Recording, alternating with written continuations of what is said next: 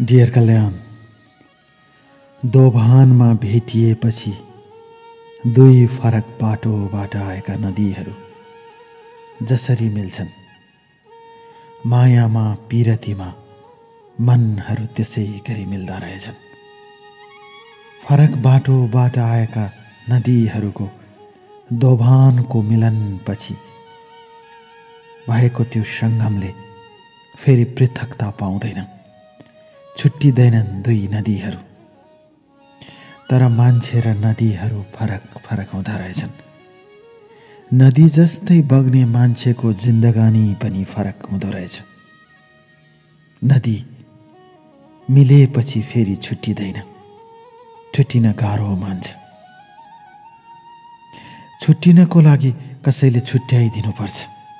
नहर बनाएर, बाटो बनाएर, नदीलाई थुनेर, नदीको आवेगलाई रोकेर छुट्याइदिनुपर्छ।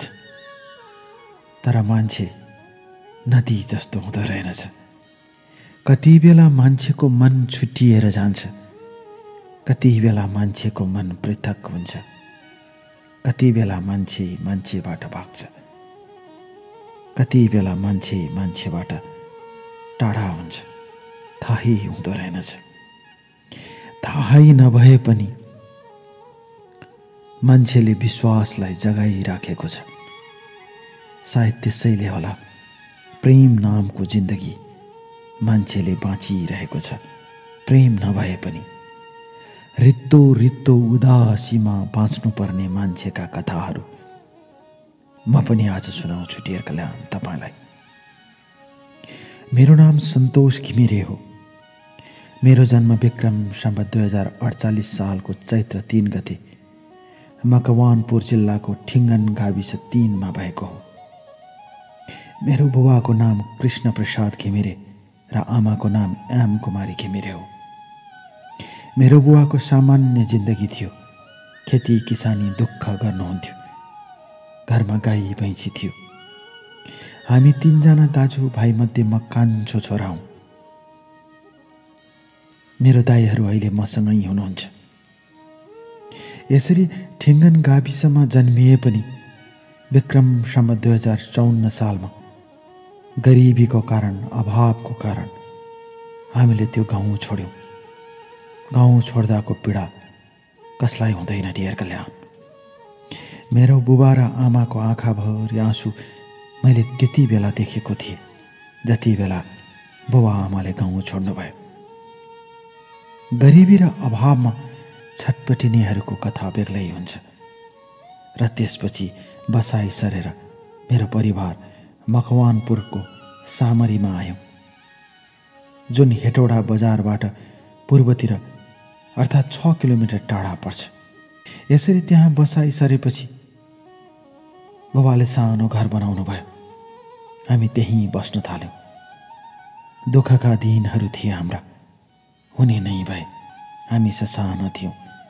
हामीलाई पालन पोषण गर्न बुबालाई हम्मे पर्थ्यो, गरिबीको कारणले, अभावको कारणले। तर पनि मैले त्यही नजिकैको अर्थात् सामरीको शारदा माध्यमिक विद्यालयमा पढेँ। मलाई अझै पनि याद छ, म जहाँ बस्थेँ त्यही नजिकैको ज्यामिरे खोला, सामरी खोला 3-4 किलोमिटर टाढा पुगेपछि आउने पूर्व पश्चिम राजमार्ग मलाई अझै पनि याद छ। बालापनका ती दिनहरू, बुबाले खेती किसानी गर्दाका दुःखका दिनहरू अझै पनि सम्झन्छु म। तर पनि मैले मेरो दाइहरू सँगसँगै त्यही सामरीको शारदा माध्यमिक विद्यालयमा पढ्न थालेँ। मेरो पढाइ राम्रो थियो। तर गरिबीको कारण भनौँ, म कक्षा 8 मा पढ्दा मेरो दाइ वैदेशिक रोजगारको सिलसिलामा कतार जानुभयो। दाइ गएपछि केही आर्थिक राहतहरू हुन थाल्यो। त्यसपछि मैले पढ्न थालेँ राम्रोसँग। म ट्युसन पढ्थेँ। मलाई अझै पनि याद छ, त्यति बेला हामीलाई ट्युसन पढाउने पाण्डे सर हुनुहुन्थ्यो। असाध्यै राम्रो पढाउनुहुन्थ्यो।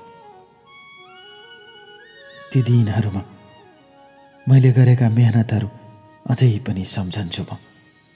यसरी दिनहरू बित्दै गए। म कक्षा 8बाट 9 कक्षा पुगेँ, 9बाट 10मा पुगेँ। 10 कक्षाको पढाइ धेरै मेहनत गर्नुपर्छ भन्नुहुन्थ्यो सबैले। र त्यसपछि मैले विक्रम सम्वत 2065 सालमा मैले त्यही स्कुलबाट अर्थात् शारदा माध्यमिक विद्यालय सामरीबाट एसएलसी दिएँ। एसएलसी पछि मैले कम्प्युटर र त्यसै गरी कम्प्युटर हार्डवेयरको कोर्स गरेँ। हेटौडा बजारमै सिकेँ मैले। त्यो सिकेको लगत्तै त्यहाँ मैले आरजे र भिजेको ट्रेनिङ लिएँ र त्यसपछि हेटौडा एफएममा काम गर्न थालेँ। उज्जवल चौलागाई सरले सिकाउनु भयो। साह्रै असल हुनुहुन्थ्यो उहाँ। त्यति बेला मैले कमेडी कार्यक्रमहरू चलाउँथेँ, हास्य व्यङ्ग्यका कार्यक्रमहरू, र टेक्निसियन पनि गर्थेँ। त्यसबाट मलाई के अनुमान भयो भने जीवनमा आफै बाँच्न सकिन्छ, बुबा आमा कसैको भर पर्नु हुँदैन भन्ने कुराको अनुभव भयो। त्यतिकैमा एसएलसीको रिजल्ट आयो। म प्रथम श्रेणीमा पास भएँ। म सुनाउँछु डियर कल्याण।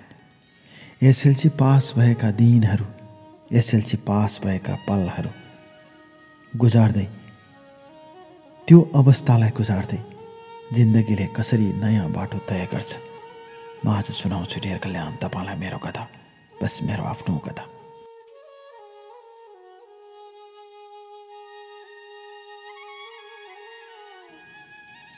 डियर कल्याण, जिन्दगीका असारहरू आइरहन्छन्, गइरहन्छन्। असार साउनमा रोपाइसकेर पानी छ्याप्दै छ्याप्दै पखालिएका मनहरू पखाल्न सकिँदो रहेनछ। मनको आँगनमा चोयाले बुनेका ठुला ठुला डोकाहरू, नाङ्लाहरू, र तिनै डोका र नाङ्ला भरि राखेका पिरतीका फुलहरू बिक्री गर्न बस्दा बस्दै कहिलेकाहीँ जिन्दगी घाटामा जाँदो रहेछ।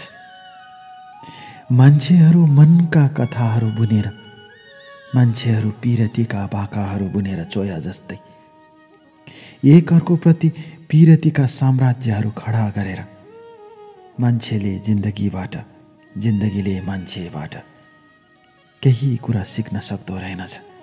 मायामा, पिरतीमा जति सिके पनि काम नलाग्ने, जति सिके पनि प्रयोग हुन नसक्ने, हिसाबमा प्रयोग हुने सूत्र जस्तो हुँदो रहेनछ जिन्दगानी, र हिसाबमा प्रयोग हुने सूत्र जस्तो हुँदो रहेनछ पिरती।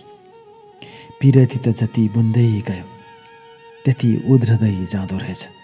स्वेटरलाई काँठीहरूले बुनेको एउटा जाल जस्तो माथि माथि बुन्दै गयो, तल तल उध्रदै जाने पिरतीको कथा म सुनाउँछु डियर कल्याण आज तपाईँलाई।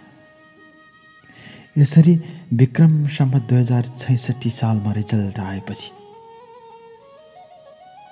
मैले हेटौडा स्कुल अफ म्यानेजमेन्टमा पढ्न थालेँ। त्यति बेला हेटौडाको कमल डाँडामा थियो मेरो डेढा। मैले 1100 तिर्थेँ कोठा भाडा र पढ्थेँ। मैले पढ्ने कलेज हेटौडा 4मा थियो। कलेज पढ्थेँ, त्यसपछि फेरि एफएममा काम गर्थेँ। म आफ्नो खर्च आफै निम्त्याउँथेँ। दाइहरू विदेशमा हुनुहुन्थ्यो।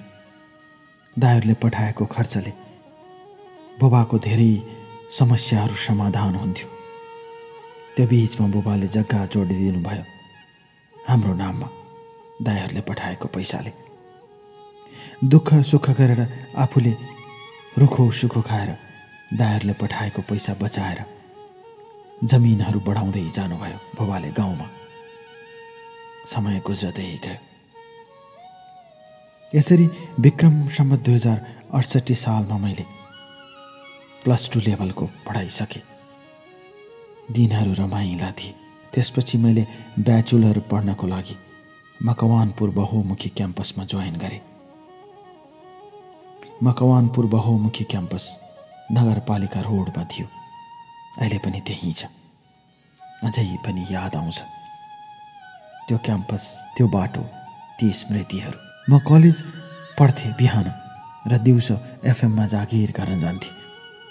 त्यसैले म धेरै मान्छेहरूसँग गोलमेल हुन पाउँदैन थिएँ। कहिलेकाहीँ एफएममा गएर फोन उठाउँदा आफ्नै कलेजमा पढ्ने साथीभाइहरूले फोन गर्दा म फलानु हुँ भन्दा छक्क पर्थेँ। तिमी एफएममा काम गर्छौ र भनेर प्रश्न गर्थे। देखिए पनि भेटिए पनि कतिपय साथीहरूको नाम याद हुँदैन थियो, तर आफूले याद गरेका साथीहरूलाई म फलानु भन्दा तिनीहरू छक्क पर्थे, किनकि आवाज र दृश्य फरक हुन्थ्यो। रेडियोमा आवाज मात्र सुनिन्थ्यो। कहिलेकाहीँ एफएममा साथीहरूका कुराहरू घटनाहरू समावेश गर्न पाउँदा खुसी लाग्थ्यो। यसरी दिनहरू बित्दै गए मेरा डियर कल्याण। विक्रम सम्वत 2068 सालको फागुन महिनाको कुरा हो यो। मेरो एकजना साथी थियो, उसको नाम रबिन हो।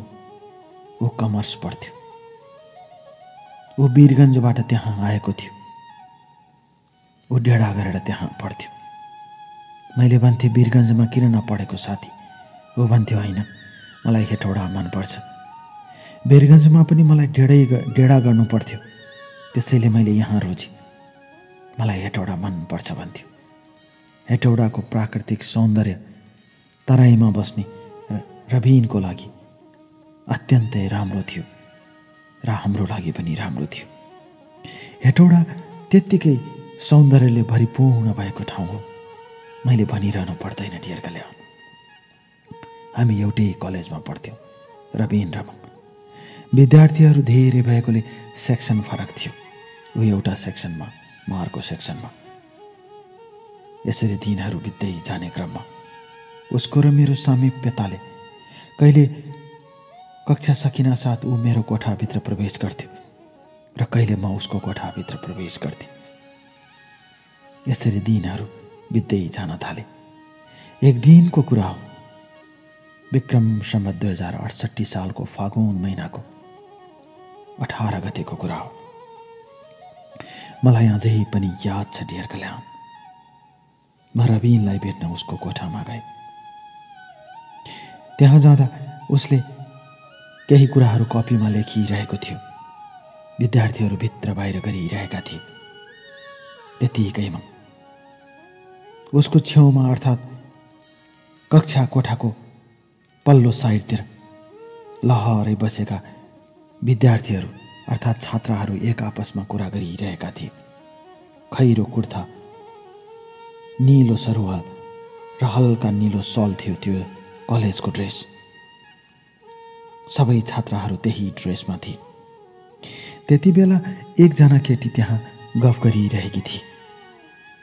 मैले अनायास नजर त्यतातिर पुर्याएँ। न सोचेको, न देखेको, न सम्झेको डियर कल्याण। मेरो नजर त्यतातिर गयो। यता रबिनलाई मैले भनिरहेको थिएँ, के गरिरहेको तिमी भनेर। मलाई अलिकति यो सकाउनु छ भनेर उसले साथीको नोट कपीबाट आफ्नो कपीमा लेखिरहेको थियो फटाफट उसले। र त्यही बीचमा म उसको छेउमा बसेँ र उसको छेउबाट उसलाई छलेर म ती केटीहरूतिर हेरिरहन्थेँ।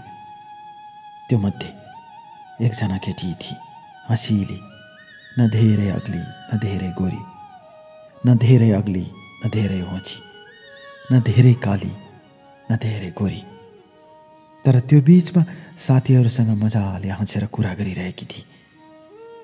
मैले उनीहरूको कुरा राम्रोसँग बुझ्दैन थिएँ, तर उसको अनुहारको भाव हेर्दा लाग्थ्यो ऊ हिस्सी परेकी र खुसीमा रम्न सक्ने केटी हो जस्तो लाग्थ्यो।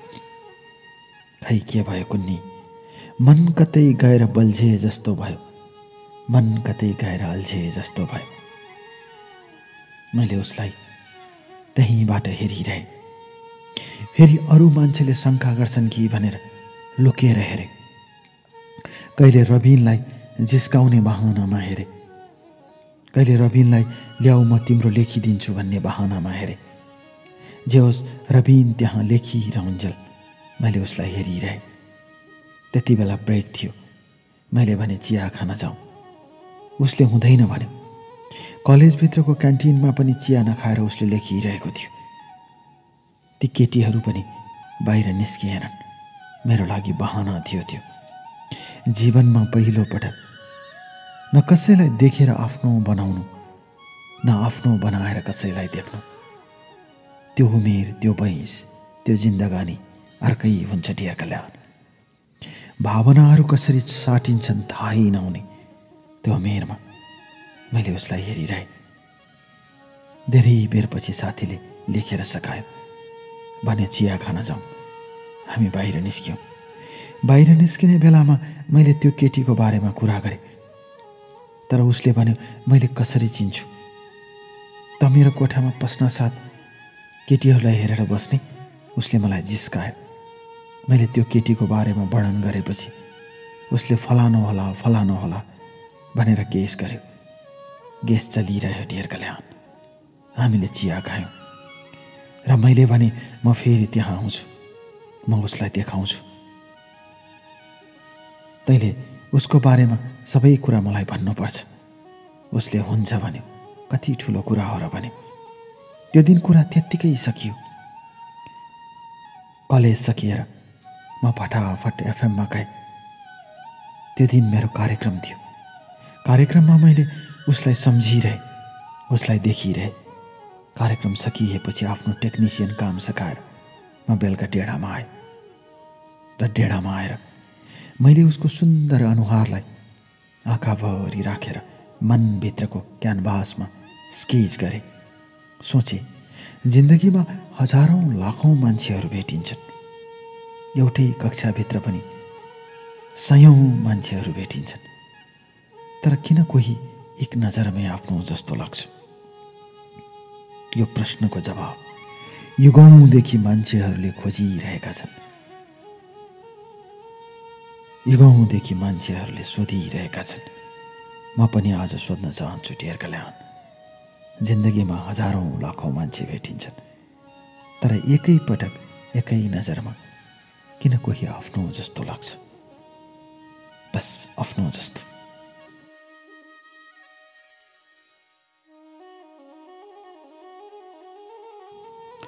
डियर कल्याण, मनभरि सुकाएका बिस्कुनहरू र मनको चोयाले बुनेका भाँडाहरूमा राखिएका प्रेमका फूलहरू जब मनले बिक्री गर्ने अनुमति दिन्छ र ती फूलहरू मनका डालीहरूमा सजाएर राख्न मन लाग्दो रहेछ। अग्रजहरू भन्छन्, मान्छेहरू भन्छन्, पुराना मान्छेहरू भन्छन्, प्रेम हृदयभित्र उत्पन्न हुने कुरा हो। मैले जिन्दगीमा के सोचेँ, कस्तो सोचेँ मलाई थाहा छैन। एउटा जिन्दगीको सादा कागजमा लेखिएको यो प्रेमको कथा म आज सुनाउँछु डियर कल्याण तपाईलाई। यसरी त्यो दिनको साथीसँगको कुराकानीपछि म छुट्टिएर घर गएँ। अर्थात् कलेजबाट निस्केर बेलुका घर पुगे, काम सकेर एफएमको। अर्को दिन बिहानै फेरि कलेज जानुपर्ने भयो। बिहानै कलेज पुगे, पढाइ चल्यो। त्यो दिन म जान पाएन साथीको कक्षा कोठाभित्र, किनकि मलाई छिटै एफएममा आउनुपर्ने थियो टेक्निसियन ड्युटीको लागि। त्यसैले कुरा भएन। अर्को दिन पनि कुरा भएन। तेस्रो दिन पनि कुरा भएन। चौथो दिन मलाई फुर्सद मिल्यो। म त्यही समय आफ्नो कक्षा सकेपछि साथीको सेक्सनमा गएँ। ऊ त्यहीँ थियो, तर त्यो दिन उसले लेखिरहेको थिएन। डट पेनलाई हातले चलाउँदै ऊ त्यत्तिकै बसिरहेको थियो, झोला मिलाउँदै थियो, आफ्नो ब्याग मिलाउँदै थियो। उसले मलाई देख्न साथ खुसी भयो, हात मिलायो र म असाध्यै मिल्थ्यो। त्यसपछि मैले भने चिया खान जाउँ। त्यसपछि उसले हुन्छ भन्यो। त्यतिकैमा मैले फेरि छात्राहरूतिर आँखा दौडाएँ डियर कल्याण। त्यहाँ त्यही केटी थिए, त्यही ड्रेसमा हँसिली कुरा गरिरहेकी थिए। न धेरै गोरी न धेरै काली, ठिक्कको हाइट, न धेरै मोटी न धेरै पातली, हिस्सी परेको अनुहार, खै कुन्नी किन हो मन त्यहीँ गएर अडियो। र मैले अरूले थाहै नपाउने गरी उसलाई बिस्तारै चिमटेर उतिर इङ्गित गर्दै भने, ऊ त्यही केटी क्या। उसले अरू केटीतिर देखाउँदै मलाई जवाब दिन थाल्यो। अन्त्यमा मैले उसलाई भने, त्यही हेर न, यता छेउमा बस्ने भनेर मैले हातले इसारा गरेको तिनीहरूले देखे। त्यसपछि हामी त्यहाँबाट निस्क्यौँ। म निस्किएपछि साथीले भन्यो, उसको नाम जमुना कार्की हो भन्यो। हँसिली छ त्यो केटी, तँलाई मन पर्छ? साथीले जिस्कायो। मैले होइन यत्तिकै सोधेको भने। त्यो दिन चिया खायौँ, हामी छुट्यौँ र म बार बार जाँदै उसलाई प्रश्न गर्न थाल्थेँ। उसले सोध्थ्यो मन पर्यो। मैले भन्थेँ यो उमेरमा मन नपरे कहिले पर्छ त। त्यसपछि उसले केटीको बारेमा बुझ्न थाल्यो। उसको 3 जना दाजुहरू रहेछन्, घरको एक्लो छोरी, र हेटौडा बजारमै उनीहरूको आफ्नो घर रहेछ। घरको तल भाडामा दिएर ऊ र उसको दाइ माथिका कोठामा बस्दा रहेछन्। बाँकी दाइहरू नारायणघाट बजारमा आफ्नो व्यवसाय गरेर बस्दा रहेछन्। 3 तले घर थियो हेटौडाको बजारमा। माथि दाइ र ऊ मात्र बस्ने। यति कुरा थाहा पाएपछि मैले अर्को दिन प्रश्न गरेँ, उसको बुबा आमा पनि त्यहीँ बस्नुहुन्छ? होइन, हेटौडादेखि 10 किलोमिटर पूर्वमा पर्ने एउटा गाउँको नाम बताउँदै उसले भन्यो, त्यही गाउँमा बस्नुहुन्छ बुबा आमा। कहिलेकाहीँ आउनुहुन्छ आफ्नो घरको रेखदेख गर्न, तर प्राय जसो बुबा आमा गाउँमा बस्नुहुन्छ। यसरी त्यो परिचय पाएपछि मलाई अलिकति सजिलो भयो उसको नाम जमुना कार्की हो भन्ने कुरा। यसरी दिनहरू बित्दै गए डियर कल्याण। एक दिनको कुरा हो, अचानक मैले क्यान्टिनमा जमुना र साथीहरूलाई देखेँ। त्यति बेला मेरो साथी पनि सँगै थियो। साथीले गएर परिचय गराइदियो सबैसँग। त्यति बेला मैले जमुनालाई प्रश्न गरेँ, तिम्रो नाम के हो भनेर। उसले जमुना कार्की भनी, जुन मलाई थाहा थियो। मैले पनि आफ्नो परिचय दिएँ। त्यसपछिका दिनहरूमा मैले बिस्तारै बिस्तारै उसलाई पछ्याउन थालेँ डियर कल्याण, नजानिदो पाराले। उसले पनि मलाई सोध्न थाली। एक दिनको कुरा हो, त्यति बेला मेरो साथी थियो दिनेश। उसले भन्थ्यो, मैले जर्मनको लागि अप्लाई गरिरहेको छु। मेरा साथीहरू पढ्ने भन्दा पनि विदेश जाने ज्यादा रुचि राख्थे। त्यसपछि उसले भनेअनुसार म पनि पासपोर्ट बनाउन गएँ। उसले भन्थ्यो, जर्मनबाट डिमान्ड आएको छ, अब युरोप जानुपर्छ बुझिस्। युरोप जाने, उतै सेटल हुनुपर्छ। ऊ यति मिठा मिठा सपनाहरू सुनाउँथ्यो। युरोपका फोटोहरू देखाउँथ्यो। उसको सपना मलाई पनि मिठो लाग्यो, सबैलाई लाग्छ। 22का दिनहरूमा अधिकांश सपनाहरू मिठा हुन्छन् र मेरा सपनाहरू पनि मिठा थिए।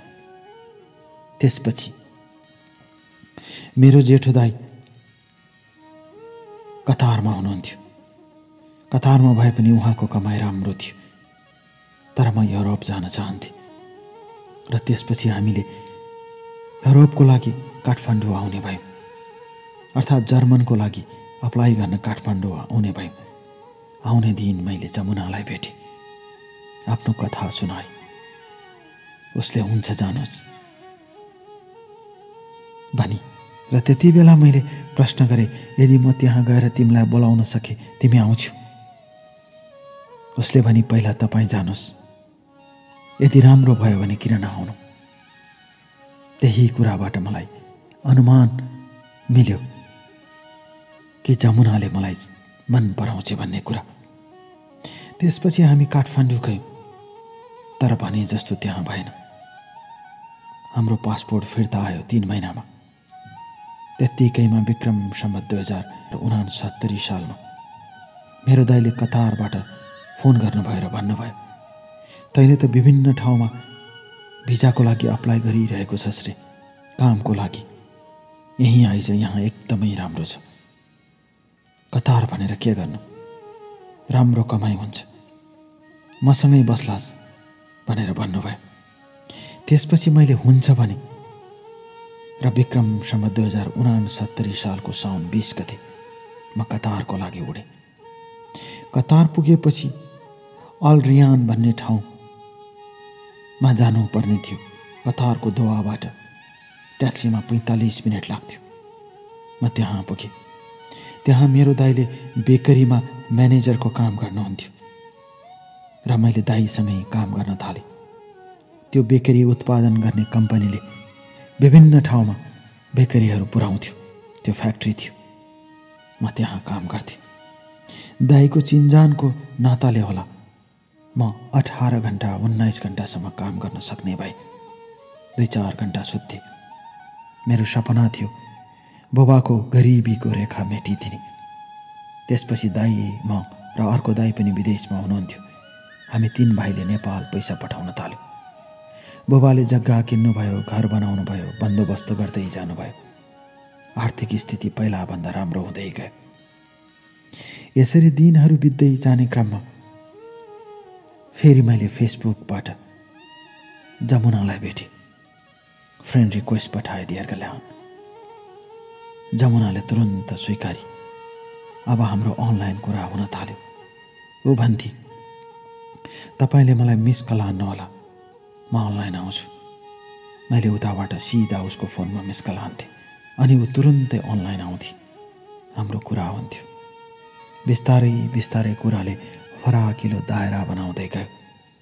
जिन्दगीका दायराहरू जति फराकिलो हुँदै जान्छ, मान्छेहरू भन्छन् जिन्दगी त्यति सहज हुन्छ, तर पिरतीको दायरा जति फराकिलो हुँदै जान्छ त्यति घातक पनि हुँदो रहेछ।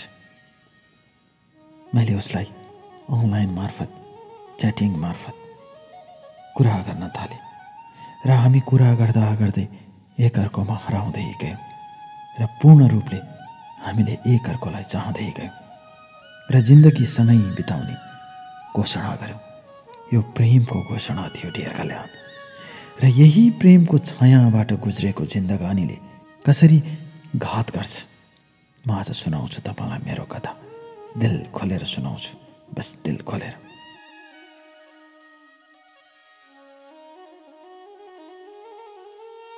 डियर कल्याण, आगो हो पिरती भन्थे मान्छेहरू, आगोले पोल्छ भन्थे मान्छेहरू, तर पिरतीमा आगो देखिँदो रहेनछ। शीतलताको छनक दिने पिरतीले कहिलेकाहीँ यसरी पोल्दो रहेछ कि सारा जिन्दगी उदास उदास बनाउँदो रहेछ। कतै गमलामा फुल्न नसकेको फूल जस्तो उदास उदास बनाउँदो रहेछ पिरतीले मान्छेलाई।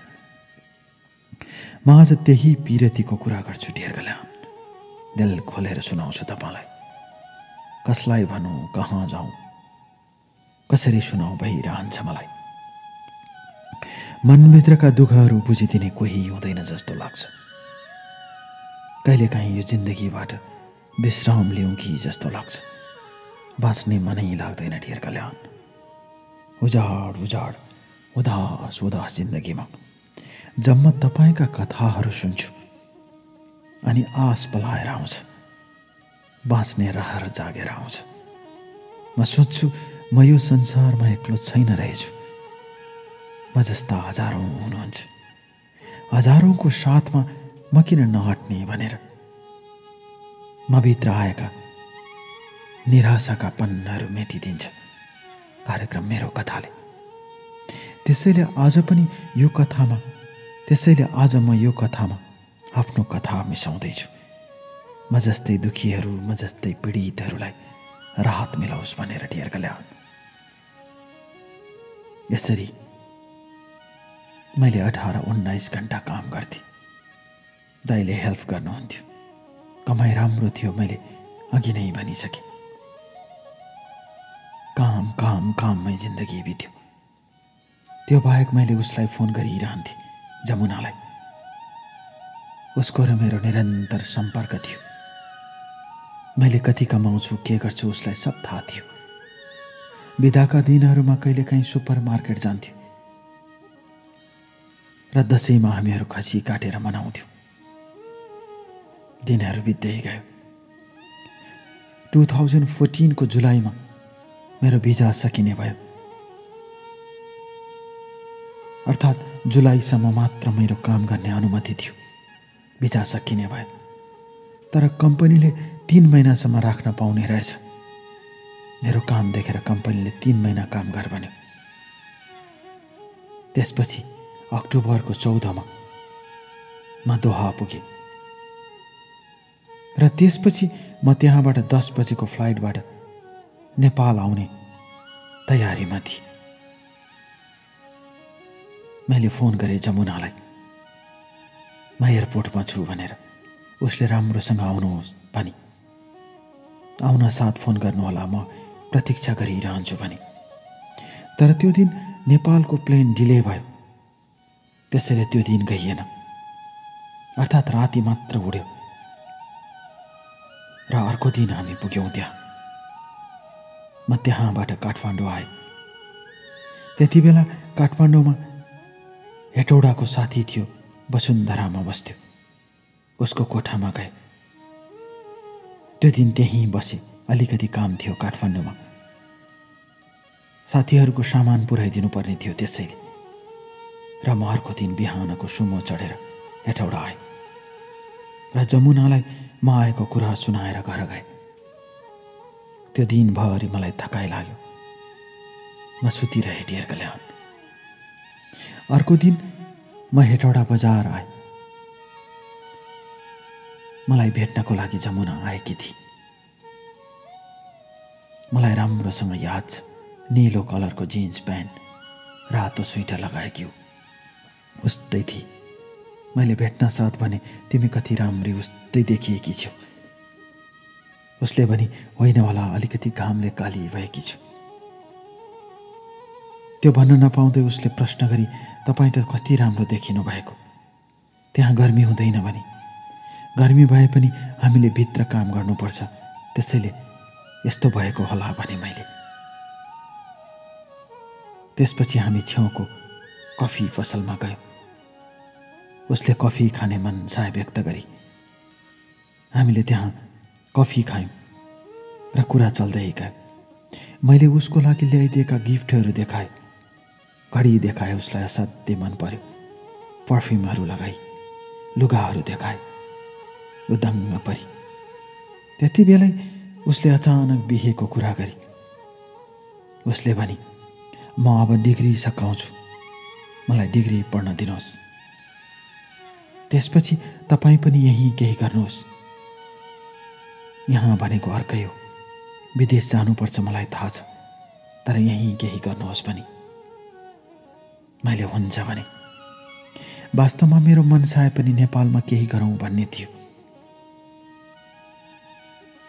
त्यति बेलै मेरो दाइ पनि नेपाल आउनुभएको थियो, मेरो ठुलो दाइ।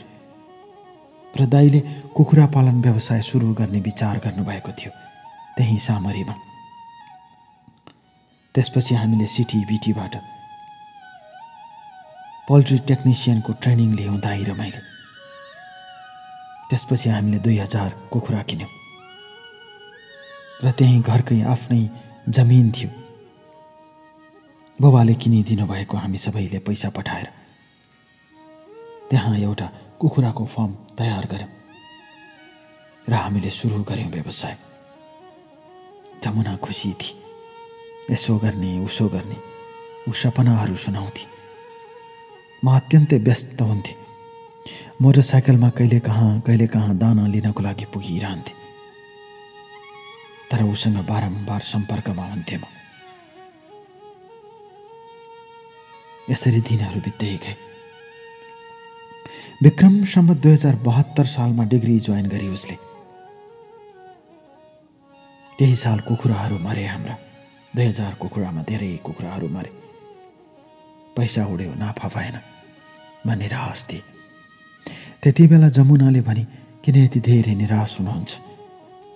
जिन्दगीमा प्रयास गर्नुपर्छ, केटा मान्छे भएर हरेस खानु हुँदैन भने।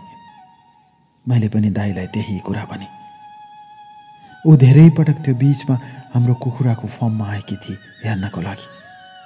बुबाले, आमाले, दाइहरूले उसलाई राम्रोसँग चिन्नुहुन्थ्यो। ऊ घरमा चिया खाएर पनि जान्थे। यसरी दिनहरू बित्दै जान थाले डियर कल्याण। समय घर्केको थाहा नपाउँदै जिन्दगीले अर्को बाटो तय गर्छ भन्ने कुरा मलाई थाहै थिएन। त्यसैले म सहज रूपमा, सरल रूपमा उसलाई स्वीकार्दै गएँ। मभन्दा धनी थियो, हेटौडा बजारमा घर थियो। दाइहरू सबै एक से एक हुनुहुन्थ्यो। एक्लो छोरी, गाउँमा पनि राम्रो व्यवस्था भएको परिवार। मेरो आर्थिक अवस्थाभन्दा उसको आर्थिक अवस्था राम्रो थियो। मैले त्यही आर्थिक अवस्थालाई माथि उठाउनको लागि पढाइ छोडेर म वैदेशिक रोजगारमा निस्केँ। तर उसले खुरू पढ्दै गई। तर त्यति हुँदा पनि ऊ मलाई चाहन्थी, माया गर्थी। हजुर मेरो हो भन्थी, मेरो आफ्नो हो भन्थी। कहिल्यै छुट्याइन जिन्दगीमा। त्यसैले त आज कथा लेखिरहेको छु म डियर कल्याण तपाईँलाई। म सुनाउँछु मेरो जीवनको कथा आज तपाईँलाई सुनाउँछु, बस तपाईँलाई।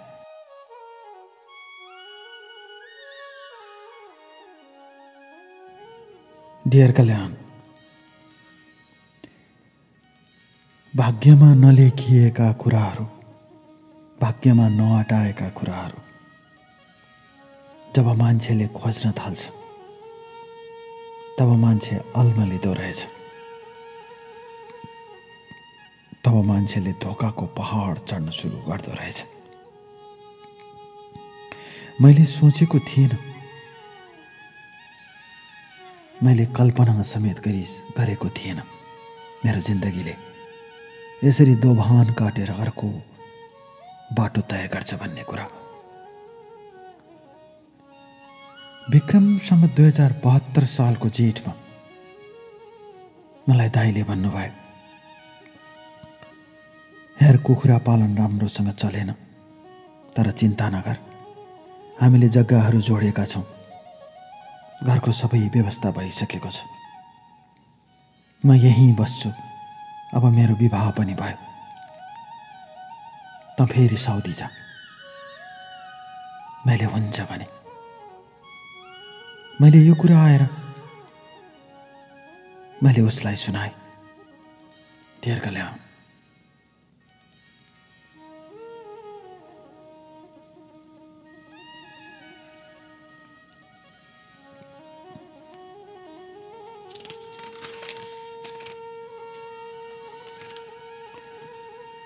मैले यो कुरा जमुनालाई सुनाएँ। मैले भने पैसा कमाउँछु, पैसा लिएर आउँछु अनि विवाह गरौँला, व्यापार गरौँला, मलाई एकचोटि जान देऊ भने। उसले पहिला त नजानुहोस्, यहीँ गर्नुहोस्, केही छैन, म छु नि तपाईँको लागि भने।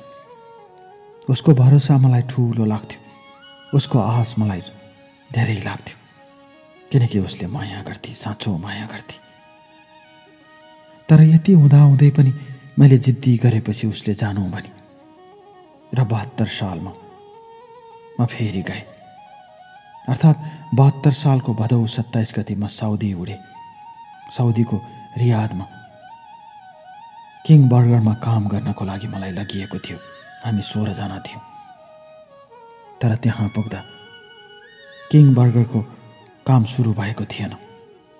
त्यसपछि थाहा भयो त्यसको मालिकले किङ्स बर्गरसँग एग्रिमेन्ट गर्दा केही कुरा नमिलेको कारणले किङ बर्गरले उसको लाइसेन्स क्यान्सल गरिदिएको रहेछ। त्यसपछि हामी त्यही किङ्स बर्गर नखुलेको ठुलो हलमा बस्यौँ। 150 रियल दियो यसैले खाना पुर्याउनु भनेर। 1 महिनासम्म बस्यौँ, काम सुरु भएन। अर्को महिना पनि सुरु भएन। त्यसपछि 2 महिनापछि म त्यहाँबाट जेद्दा भन्ने ठाउँमा पुगेँ। त्यहाँ KFC जस्तै काम गर्ने ठाउँ थियो। त्यो बीचमा मैले जमुनालाई सबै ठिकै छ भन्थेँ। तर 3 महिना पनि यत्तिकै भएपछि एक दिन मैले जमुनालाई भने, मेरो अवस्था यस्तो छ भने। उसले रुँदै, चिन्ता नगर्नुहोस्, सब ठिक हुन्छ। उसले त्यही भने। अब त्यसपछि म नेपाल आउँ कि के गरौँ भइरह्यो। नेपाल आएर विवाह गर्नुपर्ने थियो। त्यसैले मैले पैसा कमाउनु जरुरी थियो। म त्यहाँबाट एकजना साथीले भनेअनुसार दमाम भन्ने ठाउँमा गएँ। त्यहाँ गएर मैले इलिगल काम गर्न थालेँ। कमाइ राम्रै हुन्थ्यो। यता जमुनाले पढ्दै थिए। उसको MBA को पढाइ माथि ओक्लदै थियो। उता म इलिगल भएर काम गर्दै थिएँ पैसाको लागि। इलिगल भए पनि त्यहाँ राम्रो कमाइ भयो। किनकि त्यति बेला मैले जुन काम गर्थेँ त्यो राम्रो थियो। एउटा ठुलो कम्पनी थियो जसले गाडीहरू भाडामा लगाउँथ्यो। ती गाडीहरू भाडामा लगाउने, कुन गाडी कहाँ छ, कसलाई राम्रो गाडी दिने, सबको जिम्मा मेरो थियो। त्यसैले ड्राइभरहरूले मलाई टिप्स दिन्थे त्यो कुरा मिलाउँदा। त्यसैले कमाइ सोचे भन्दा राम्रै भयो। तलब पनि ठिकै थियो। त्यसपछि विक्रम सम्वत 2074 सालको पुष 2 गते म फेरि काठमाडौँ आएँ। काठमाडौँबाट म घर गएँ सिधै।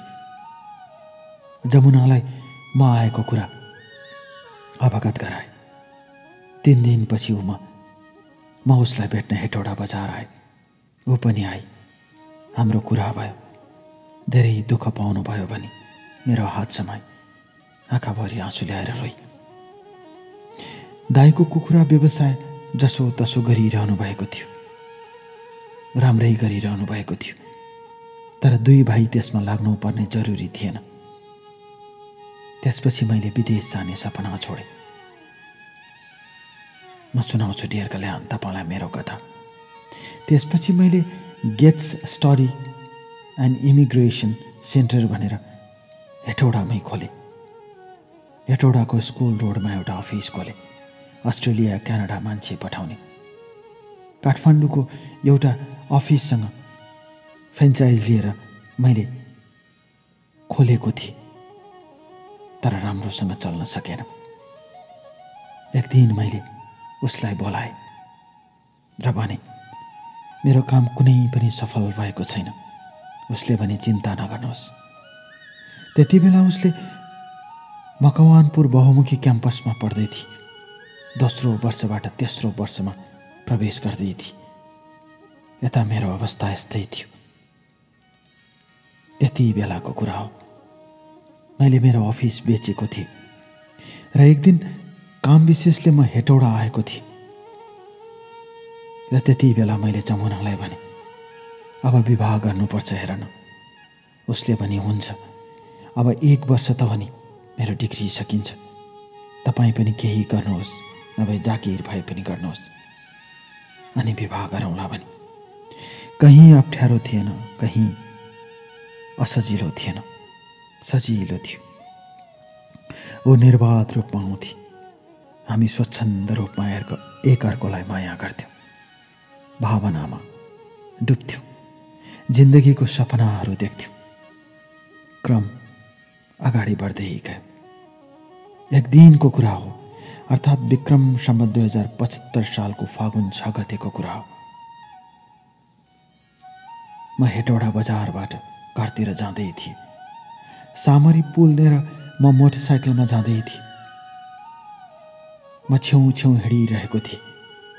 अचानक पछाडिबाट अत्यन्तै ठुलो स्पिडमा आएको मिनी ट्रकले मलाई ठक्कर दियो।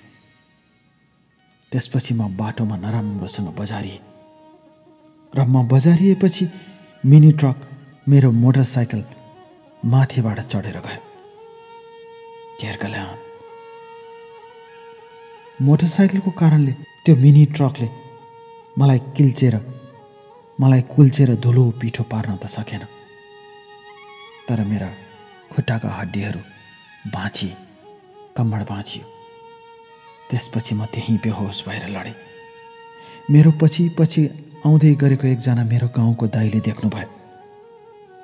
त्यसपछि मलाई हतार हतार त्यहाँबाट ट्याम्पोमा हालेर हस्पिटलतिर दौडाउनु भयो। उहाँले मलाई ट्याम्पोमा हालेर चुरे हिल हस्पिटल थाना भन्ज्याङ लिएर जानुभएछ। मलाई थाहा थिएन त्यहाँ सिटी स्क्यान गरिएछ। त्यति बेला परिवारहरू सबै आए। जमुनालाई थाहा थिएन मेरो खुट्टा पुरै भाँचिएको रहेछ। त्यसपछि त्यो चुरे हिल हस्पिटलले मलाई काठमाडौँ रिफर गर्यो। बुबा र दाइहरूले त्यही दिनको एम्बुलेन्समा मलाई काठमाडौँ लिएर जानुभयो। फागुनको 7 गते बीएनबी हस्पिटलमा मलाई भर्ना गरियो। त्यसपछि डाक्टरहरूको सहमति अनुसार मेरो एउटा खुट्टा काट्नु पर्ने अवस्था आउन सक्छ भनियो। घेरकल्याण त्यति बेला मेरो होस खुलेको थियो। मलाई के भयो भनेर सोधेँ। बुबाले सबै भन्नुभयो। घेरकल्याण म आज सुनाउँछु तपाईँलाई मेरो कथा, मेरो जिन्दगानीको कथा आज तपाईँलाई सुनाउँछु। दिल खोलेर सुनाउँछु, बस दिल खोलेर। घेरकल्याण यसरी काठमाडौँको बीएनबी हस्पिटलमा पुगेपछि मेरो खुट्टा काट्ने कुरा भयो। तर 3 दिनपछि अपरेसन भयो। अपरेसन भएपछि मेरो 2वटा खुट्टामा स्टिल राख्यो र 6 महिनासम्म म त्यही काठमाडौँमा बसेँ। मेरो फुपूको घर थियो त्यही बीएनबी हस्पिटल नजिकै। म त्यहाँ बसेँ। हस्पिटलमा सधैँ बसेर खर्च गर्न सक्ने अवस्थामा थिएन। विक्रम सम्वत 2076 सालको भदौ 25 गते म हस्पिटलबाट घर आएँ। धेरै लामो समय बसेर घर आएपछि जमुना मलाई भेट्न आई। मैले काठमाडौँबाट उसलाई सबै कुरा भनिरहन्थेँ। मैले काठमाडौँमा हुँदा भनेको थिएँ मेरो खुट्टा काट्ने भयो, अब तिमी विवाह गर। त्यति बेला उसले डिग्री सकाइसकेकी थिए। तिमी डिग्री पढेकी केटी, म 12 कक्षा पास गरेको केटा। तिम्रो लागि आफ्नो लागि सपना देखेको थिए, तर अब मेरो खुट्टा नरहने भयो भनेर रुँदा उसले फोनमा धेरै रोएकी थिए। त्यस्तो नभन्नुहोस्, केही हुँदैन भनी। ऊ भेट्न आउँछु भनेर जिद्दी गर्दै थिए। नआऊ, म निको भएर हेटौडा आउँछु भने। त्यसपछि म हेटौडा पुगेँ 6 महिनापछि, अर्थात् 76 सालको भदौ 25 गते ऊ मेरो घरमा आई। मलाई त्यो अवस्थामा देख्न साथ ऊ रोई मेरो घरमा। आमाले उसको कपाल सुमसुमाउनु भयो उसको माया देखेर। बुबालाई धेरै माया लाग्यो। म बैशाखीमा थिएँ घेरकल्याण। उसले मेरो बैशाखी समाई र त्यसपछि उसले मलाई घरको बाहिरको आँगनमा बैशाखी समाएर यताउता गराउन थाली। आमाले देख्नुभयो, बुवाले देख्नुभयो, दाइले देख्नुभयो। मैले फोटो पनि पठाएको छु। त्यसपछि ऊ आमाको बर्थडेमा पनि आई। घरमा आई, खाना बनाई। आमा खुसी हुनुहुन्थ्यो। भन्नुहुन्थ्यो यो केटी लच्छिनकी छे। यसरी समय गुज्रदै गए। घेरकल्याण ती दिनहरूमा मैले भन्थेँ मेरो 2वटै खुट्टामा स्टिल छ, यता माथि कम्मरमा पनि स्टिल राखेको छ, म केही गर्न सक्दिनँ। तिमीले अर्को बिहे गर भन्दा ऊ धुरु धुरु रुन्थी। किन यस्तो भन्नुहुन्छ भन्थी। मैले तपाईँलाई आमाले गरेको भिडियो कल समेत पठाएको छु, सुन्नुहोस् कुरा। यसरी दिनहरू बित्दै गयो घेरकल्याण। तर यतातिर मेरो अवस्था यस्तो थियो भने उतातिर उसले डिग्री सकाएकोले उसको विवाह गरिदिने कुरा भएको रहेछ। उसले मेरो कुरा आफ्नो परिवारमा पनि राखिछ। तर दाइहरूले भनेछन् हेटौडा बजारमा पनि घर छैन, पढे लेखेको छैन, खुट्टाको त्यस्तो अवस्था छ, हुँदैन भनेछन् परिवारले। त्यही क्रममा विक्रम सम्वत 2076 सालको फागुनको 5 गते उसलाई हेर्न चितवनको केटा आएछ। जापानमा बस्दै गरेको केटा उसलाई विवाह गरेर जापान लैजाने भएछ। त्यो दिन उसले मलाई फोन गरी र जे भएको सबै कुरा उसले मलाई सुनाई। म छक्क परे डियरकल्या। बैशाखी टेकेर हिँडिरहेको केटा म मेरै घरमा आई मलाई बैशाखी टेकाएर हिँडाई। तर आज त्यही केटीले मलाई जापान बस्ने केटा हेर्न आयो र मलाई जापान लैजान्छ भने म यति धेरै रोए डियर कल्याण। त्यो दिन उठ्न सक्दैन, सिलिङ हेरेर रुन्छु। कैयौँ दिनसम्म सिलिङ हेरेर, घरको माथिको सिलिङ हेरेर बिताइरहे, बाँच्नै मन लाग्दैन थियो। त्यसपछि मैले केही गर्न नसकेर उसको बुबालाई फोन गरेँ। उसको बुबाले पनि त्यही भन्नुभयो, 12 कक्षा पढेको, बजारमा घर छैन, जागिर छैन, सबै त्यसै भन्छन्, जे भयो राम्रै भयो भन्नुभयो। त्यो बिचमा मैले फोन गर्दा जमुनाले फोन उठाउन नसक्ने भइसकेकी थिए, फोन उठाउँदैन थिए। त्यसपछि उसले भने अनुसारको केटा मैले फेसबुकमा भेट्दै गएँ, खोज्दै गएँ, अन्त्यमा फेला पारेँ। मैले तपाईँलाई सबै कुरा स्क्रिनसट गरेर पठाएको छु डियर कल्याण। त्यसपछि मैले मेरो र जमुनाको फोटो ट्याग गरेर उसकोमा पठाइदिएँ। त्यसपछि केटाले मलाई फोन गर्यो। मैले जे हो त्यही भने। त्यसपछि केटाले विवाह गर्दैन भन्यो। जब केटाले विवाह गर्दैन भन्यो त्यसपछि जमुनाले फोन गरी तपाईँले मेरो विवाह बर्बाद पारिदिनु भयो भनेर रोई। मैले के बर्बाद पारेको छु तिम्रो भने? हेर जमुना, हिजोमा सब चिज राम्रो थिए, तिमी मेरो लागि रुन्थ्यौ। आज म एक्सिडेन्ट भए, खुट्टामा स्टिल लगाएको छु। आज म यो अवस्थामा छु, खुट्टाको अपरेसन छ, खुट्टाको अपरेसन गरेर स्टिल लगाएको छु। तर आज तिमीले मलाई धोका दियौ भने, मैले के गल्ती गरेको छु भने? रोई। ती दिनहरूमा मलाई सुसाइड गर्न मन लाग्थ्यो डियर कल्याण। तर जब जब म तपाईँलाई सुन्थेँ, बाँच्ने आश जागेर आउँथ्यो। कस्ता कस्ता मान्छे बाँचेर देखाएका छन् तपाईँको कार्यक्रममा। केटाहरूको कुरा छोडौँ, केटीहरूले साहस बटुलेर कति कति कामहरू गरेर देखाएका छन् र साहस जागेर आउँथ्यो। त्यसपछि मैले उसलाई भेट्न चाहन्छु भने उसले विभिन्न बहाना गरे पनि म तिमीलाई एकचोटि भेटेर कुरा गर्छु भने त्यसपछि मेरो साथी विकासलाई अनुरोध गरे। उसले मलाई हेटौडासम्म लगिदियो। बैशाखी बोकेर म उसको मोटरबाइकमा बसेँ र हेटौडाको पारिजात पथको एउटा क्याफेमा भेट्ने कुरा भयो। म क्याफेमा पुग्दा ऊ आएकी थिइन्। मैले साथीलाई तिमी जाऊ पछि आऊ भने।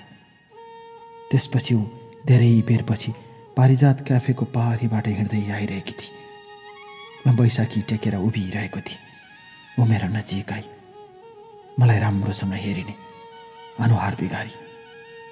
त्यसपछि म सकी नसकी बैशाखी टेक्दै भित्र क्याफेमा छिरे, ऊ पनि छिरी।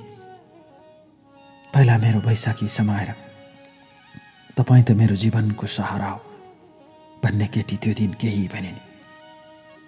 त्यसपछि मैले भने तिमीले मलाई पीडा दियो। यदि त्यस्तो गर्नु थियो भने किन मेरो घरमा आयो, खाना बनायो, आमाको बर्थडेमा सारालाई खुवायो। तिम्रो र मेरो बीचमा के कुरा लुकेको छ? कैयौँ पटक हामी सँगै सुत्यौँ।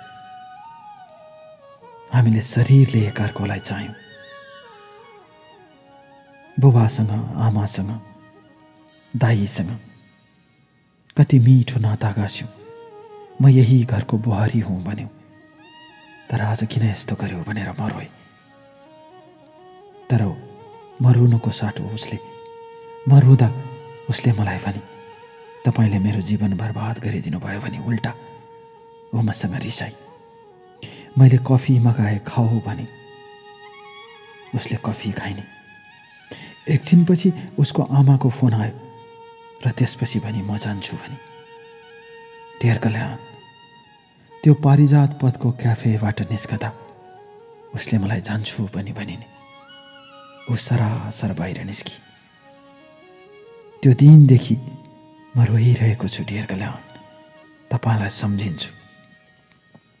जब मैले मेरो पीडाको कथा तपाईलाई पठाएँ तब तपाईले तुरुन्त मलाई फोन गर्नुभयो। आज म त्यही अवस्थामा छु। मेरो अपरेसन गरेर स्टिल निकाल्ने कुरा छ। म कहाँ पुग्छु के पुग्छु थाहा छैन। तर जमुना, तिमीले आज मेरो जिन्दगीमा जुन किसिमको रोल तय गर्यौ त्यो मैले राम्रोसँग बुझेको छु। मैले पढ्न सकिनँ, म गरिबको छोरा, मेरो हेटौडामा घर छैन, अर्थात् हेटौडा बजारमा मेरो घर छैन, मसँग जब छैन। त्यही भनेर तिमीले जापानको केटा रोज्यौ।